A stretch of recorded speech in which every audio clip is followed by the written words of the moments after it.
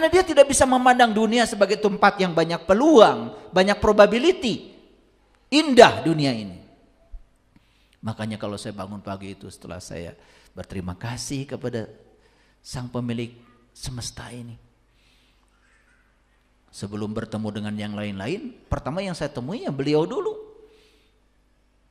Setelah itu kemudian saya meditasi. Saya berterima kasih pada tubuh saya. Dari ujung rambut saya bilang terima kasih kepala, terima kasih rambut, kamu keren. Terima kasih mata, kamu terus melayani, melihat keindahan semesta ini. Terima kasih telinga, keren kamu. Terima kasih hidung, terima kasih gigi. Makanya gigi saya sekarang usia saya 58 tahun, gak ada yang bolong.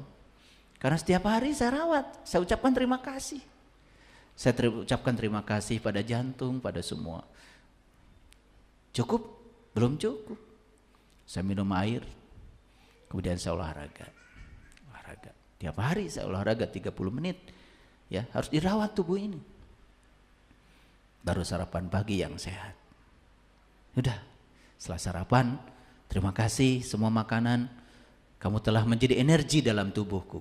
Dan energi ini akan aku gunakan untuk melakukan usaha. Apa usahanya? Ya udah seperti ini. Saya datang ke sini, ya, menyebarkan kesadaran, hidup indah. Selalu setiap bangun pagi itu penuh sukacita, meletup-letup. Batin ini meletup-letup, rasa ini meletup-letup. Makanya seharian itu tidak pernah ada yang tidak ajaib. Semuanya menakjubkan, semuanya keren. Saya bisa bertemu Bapak Ibu di tempat ini, menakjubkan bagi saya. Karena pertemuan ini mahal. Belum tentu besok lusa kita bisa bertemu seperti ini lagi. Hari ini adalah hari yang sangat penting bagi saya. Saat ini adalah saat yang paling penting bagi saya. Dan sekarang saya bersama dengan orang-orang penting. Siapa orang penting? Orang yang sedang menghidupi hidup saya saat ini. Ini akan menjadi sejarah. Penting. Maka lakukan tindakan penting pada orang penting. Jangan pernah menyakiti siapapun. Jangan pernah merugikan siapapun. Jangan ada lagi kata-kata yang terucap lalu membuat orang lain berkurang kebahagiaannya. Coba jaga, riksa, waspada kemanapun kita pergi. Kalau punya uang di rumah, penuhi sakunya dengan uang. Di jalan, bagi. Coba rasakan keajaibannya, luar biasa. Oke, lanjut dulu. Yang sini pemancar, yang sini radio. Kapan radio ini bisa menangkap siaran dari pemancar? Satu, radionya harus hidup. Yang kedua, radionya harus diubah frekuensinya. Mau menangkap siaran dari radio mana? Pasti di-tuning namanya. Betul? Nah, di-tuning itu artinya disamakan frekuensinya. Makanya ketika di-tuning pada frekuensi tertentu, maka yang ditangkap itu adalah siaran dari radio tertentu, bukan dari tempat yang lain.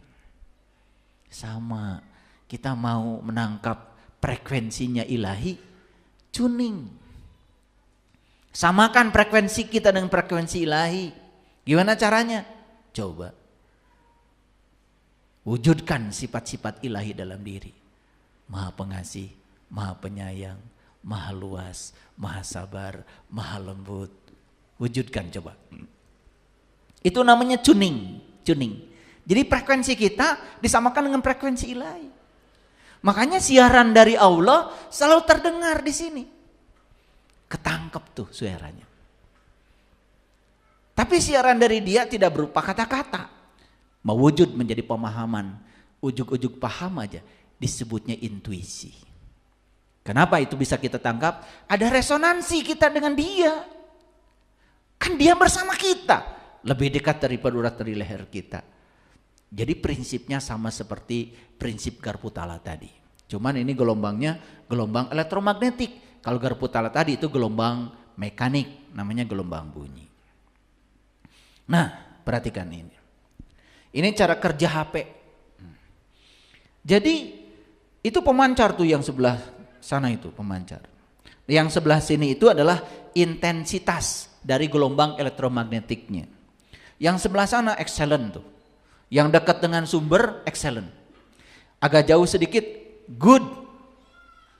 Nah, agak jauh di sini ya poor. Sudah mulai lemah signalnya. Nah, yang paling jauh no signal. Saya mau nanya, pernah nggak kita berada di no signal? Aduh, nggak ada sinyal. Betul? Mengeluh? Mengeluh. Kirim berita gosip nggak bisa. Padahal dia penting banget nih.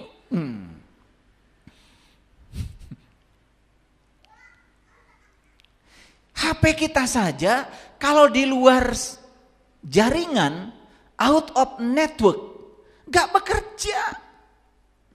Gak bisa nerima WA, gak bisa nerima video, karena di luar jaringan. Ini HP.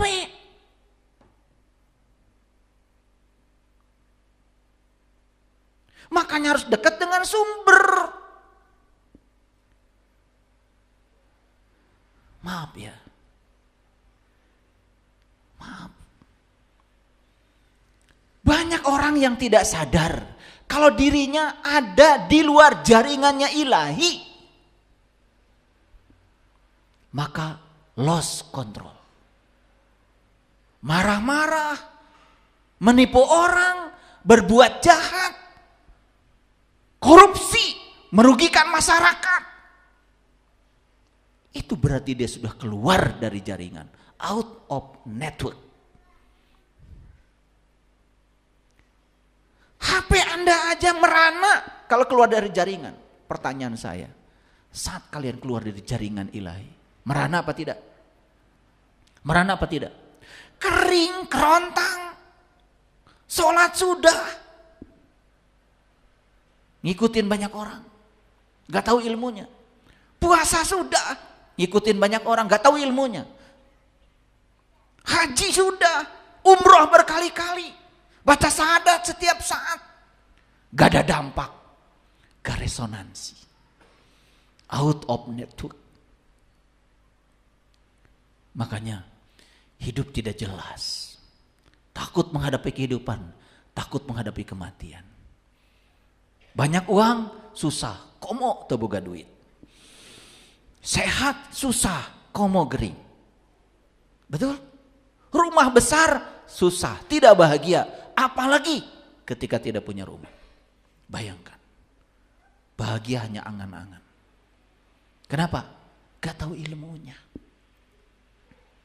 Dikiranya bahagia itu kalau mendapat. Hadirin, mendapatkan sesuatu itu bukan bahagia.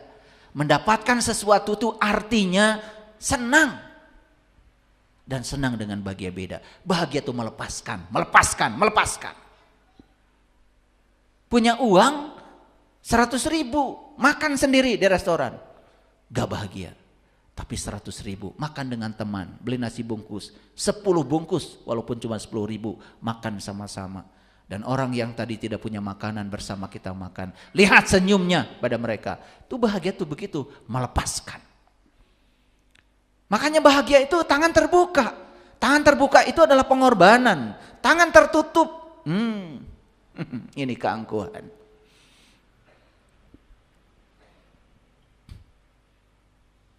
Yang lebih bodoh lagi manusia, tahu kalau memberi itu membahagiakan, tapi tidak melakukannya. Lebih bodoh lagi manusia, tahu ilmunya tetapi tidak melakukannya. Tahu kalau korupsi itu merampok hak orang lain, tapi tetap melakukannya. Itu orang yang paling bodoh. Gak ada artinya hidupnya. Saya yakin semua koruptor itu tahu kalau korupsi itu haram, tapi dia melakukannya. Itu bodoh banget. Kalau orang yang tidak tahu melakukan tidak bisa dihukum. Tapi kalau orang yang tahu melakukan, disitulah hukuman akan datang. Disegerakan karmanya. Perhatikan ini. Ingin di mana? Excellent, good, poor, no. Di mana? Excellent. Dekat-dekat dengan sumber. Nah, dekat dan jauh dengan Allah itu bukan soal jarak. Karena Allah itu tidak berjarak. Dekat dan jauh dengan Allah itu adalah kesamaan frekuensi. Makanya Asmaul Husna itu bukan dihafalkan. Asmaul Husna itu diwujudkan dalam tindakanmu. Makanya itulah cara berdoa yang benar. Asmaul Husnanya diamalkan. Ar-Rahman, Ar-Rahim, Walasan, Asihan. Amalkan itu coba. Itu adalah kunci awalnya Asmaul Husna. Untuk mencapai As-Sabur yang ke-99. Mulai dengan Ar-Rahman, Ar-Rahim, Al-Malik, Al-Qudus, As-Salam, Al-Mu'min, Al-Muhaimin, Al-Aziz, Al-Jabbar.